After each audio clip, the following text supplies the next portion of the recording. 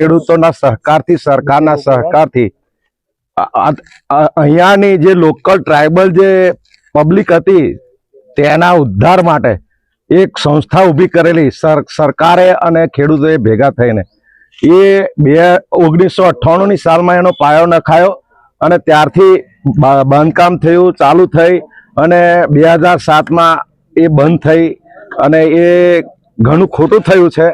અત્યારની હાલતમાં ખેડૂતોને સુગર જો હોત તો ઘણો ફાયદો થાત અને બહુ લાભ થાત. પાણી હવે આવ્યું તે ટાઈમે પાણી નહોતું અને સુગર હતી. અત્યારે પાણી છે અને સુગર નથી. અને અમે જે મહેનત કરીને સુગરમાં જે ખેતી પકવીને જે શેરડી નાખેલી એના જે પૈસા છેલ્લું પિલાન જે થયેલું એના પૈસા જે અમારા બાકી છે 1800 ખેડૂતોના જે 12 કરોડની આજુબાજુની જે મૂળ રકમ જે છે તે આજ સુધી અમને મળી નથી. અત્યારે એના 3 ગણા પૈસા સરકારમાં થઈ ગયા હોય અને કદાચ થઈ બી ગયા હશે પણ સરકારને જાણ બી છે પણ સરકારને એ અધિકારીઓને નેતાઓને એની બાજુ લક્ષ્ય નથી, એને આપવાની કોઈ એમની તૈયારી દેખાતી નથી. એના માટે અમે આ એક ખેડૂતો પોતાની રીતે ભેગા થઈ અને આ એક રજૂઆત કરવા માટે નાની એક મીટિંગ કરેલી છે અને બધા આની અંદર પોતાની સ્વૈચ્છિકતાથી જોડાયા છે અને આગળ મોટી રજૂઆત કરવા કે મોટું કઈ આંદોલન કરવાની બધાની તૈયારી છે. એટલે લોકો તમે મળી ચૂક્યા છે, કેવો રિસ્પોન્સ તમને મળ્યો છે? હાલમાં તો ટેમ્પરરી અમે 100 ખેડૂતોને મળ્યા છે અને બધા તૈયાર છે અને આગળ જો જરૂર પડશે તો બધા તૈયાર થશે. કેટલા મુખ્યમંત્રીઓને તમે મળ્યા? મુખ્યમંત્રીઓમાં તો અમે નરેન્દ્ર સાહેબ જે હતા આપણા ગુજરાત રાજ્યના મુખ્યમંત્રી હતા ત્યારથી અમે મળેલા છે. નરેન્દ્ર મોદી સાહેબને મળ્યા, ભૂપેન્દ્રભાઈને મળ્યા, પેલા આપણે વિજયભાઈ રૂપાણી સાહેબને મળ્યા, નીતિનભાઈને મળ્યા છે, આનંદીબેન પટેલને, બધાને. અમારા લોકલ ધારાસભ્ય જે અભિસિંહભાઈ તડવી સાહેબ એમને બી લાગે છે અટવાયું છે. શું કારણ? કારણ તો સરકારી ધોરણે સરકારને જ ખબર છે કે કારણ શું છે. ખેડૂતને ના ખબર હોય કે કારણ શું છે. ખેડૂત તો ખાલી હવાર ઉઠે ખેતરમાં જાય અને પકવીને પાછી પાકે તે દિવસે ફેક્ટરી મૂકવા આવે બસ. બાકી આગળની વિધિ ખેડૂતને ના ખબર હોય. આગળની વિધિ સરકારને જ ખબર છે કે શું છે, કઈ લોચો પડ્યો છે કે કેવું છે, એ બધું સરકારે જ જોવાનું છે. આંખ છતાં આંધળા થઈને, કાન છતાં બહેરા થઈને બેઠેલા નેતાઓએ જાતે સાંભળવાનું છે અને જાતે આત્મમંથન કરવાનું છે કે આંખ ક્યાં છે આપણી, કે બાજુ જઈ રહી છે અને કાન કે બાજુ સાંભળી રહી છે. આંદોલન કરવાની તૈયારી ખરી તમારી? આંદોલન ખેડૂતો બધા તૈયાર છે પણ એવું નથી કે અમારે આંદોલન કરવું છે. અમારે તો અમારી રજૂઆત થાય, અમારી રજૂઆતનું સ્વીકારી અને અમારા પૈસા છૂટા કરે અને અમારો જે નીકળતો રૂપિયા જે કઈ છે વ્યાજ સહિત અમને પાછા આપે. શું નામ તમારું? કમલેશભાઈ ભગત.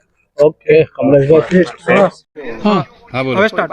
આજ રોજ તારીખ 2/2/2026 ના રોજ લડોદ સુગર ફેક્ટરી પર અમે તમામ ખેડૂતો જે છે વાઘોડિયા તેમજ વડોદરા જિલ્લાના ખેડૂતો છે, ખેડૂતો સભાસદો છે, ખેડૂતોનો આ મંડળીમાં 50% હિસ્સો છે. ખેડૂતોના નાના 12 કરોડ જેટલા 1800 ખેડૂતોના નાના ચૂકવાયા નથી. 2009ની સાલથી આ નાના બાકી છે. આજે 2026ની સાલ થઈ છે. તેઓના પૈસા પણ વ્યાજ સહિત જો ગણવામાં આવે તો 3 ગણા રૂપિયા થઈ ગયેલા છે.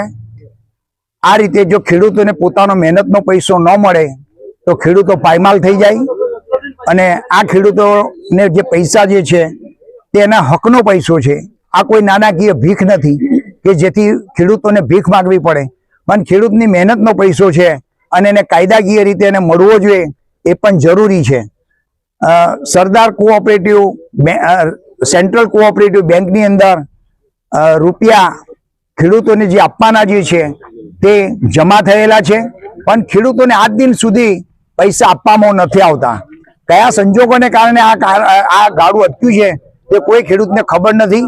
અગાઉ પણ સેન્ટ્રલ સહકારી મંડળીની અને બોર્ડ ઓફ નોમિનીમાં કેસ દાખલ કરેલો, ખેડૂતોની તરફેણમાં જજમેન્ટ આવેલું, એની દરખાસ્ત અમે બોડેલી કોર્ટમાં ભરેલી અને કયા સંજોગોમાં એ કેસ આખો રદ થઈ ગયો તે કોઈ ખેડૂતને આજ દિન સુધી તેની માહિતી નથી કે ખબર પણ નથી. તો આ પૈસા ખેડૂતોના જે હલવાયા છે એ તેઓને પૂરેપૂરા મળવા જોઈએ એવી અમારી માંગણી છે. જો કાલે ન આપવામાં આવે તો આ સુગર ફેક્ટરીની જે મિલકત જે છે 110 કરોડની મિલકત જે છે તે માત્ર ને માત્ર નજીવી કિંમતે 32 કરોડની અંદર વેચાયેલી છે. એમાં પણ કંઈક રહસ્ય છુપાયેલું એવું દેખાય છે, જેથી કરીને ખેડૂતોની જે આ 50% હિસ્સેદારી જે છે તે શેરના પૈસા પણ દરેક ખેડૂતને મળવા જોઈએ. કર્મચારીઓ અહીંયા કામ કરતા હતા, તેઓના પણ પૈસા ચૂકવાયા નથી, તેવી પણ અમારી માંગણી છે કે તેઓને પણ તેઓનું વળતર મહેનતનું વળતર મળવું જોઈએ. આવા સંજોગોની અંદર જે અન્યાય ખેડૂતોને થયેલો છે તેના માટે અમારી મોટામાં મોટી લડત છે. અગાઉ અમે દિન 15 ની અંદર માન્ય શ્રી કલેક્ટર શ્રીને આવેદનપત્ર આપવા માંગીએ છીએ કે આ જમીન ઉપર જે બોજો ઉઠાઈ લેવામાં આવ્યો હતો તેને ફરી દાખલ કરવામાં આવે, તેમજ લડત સુગર ફરી ચાલુ થાય અને ગવર્મેન્ટ એમાં સહયોગ આપી અન્ય મંડળીઓને જો સહયોગ આપીને ચાલુ કરાવતી હોય તો આ મંડળીને પણ સહયોગ આપવો જોઈએ અને ફરીથી એને ચાલુ કરાવવી જોઈએ. હાલના તબક્કે એટલી કપરી પરિસ્થિતિ છે કે લડત સુગરની અંદર સરદાર પટેલનું પૂતળું જે છે તેને પણ વેચી માર્યું છે. હવે આવા મહાન પુરુષોનો પણ પુતળો જો વેચી મારતી હોય આ કર્મચારીઓ તો એ ગંભીર વિષય છે. એના માટે પણ ધ્યાને રાખી અને હાઈકોર્ટના રિટાયર્ડ જસ્ટિસ તેમજ સુપ્રીમ કોર્ટના રિટાયર્ડ જસ્ટિસ અથવા અન્ય કોઈ સીબીઆઈને આ કેસ અંગેની જો તપાસ કરવામાં આવે તો ઘણું બધું રહસ્ય ખુલે એમ છે અને જો રહસ્ય ખુલે એમ છે અને કાયદેસરની કાર્યવાહી ખરેખર કરવી જોઈએ અને કાનૂની રાહે જે કંઈ પગલાં લેવા જેવા છે તે લઈ શકાય એમ છે. ઘણા બધા વ્યક્તિઓને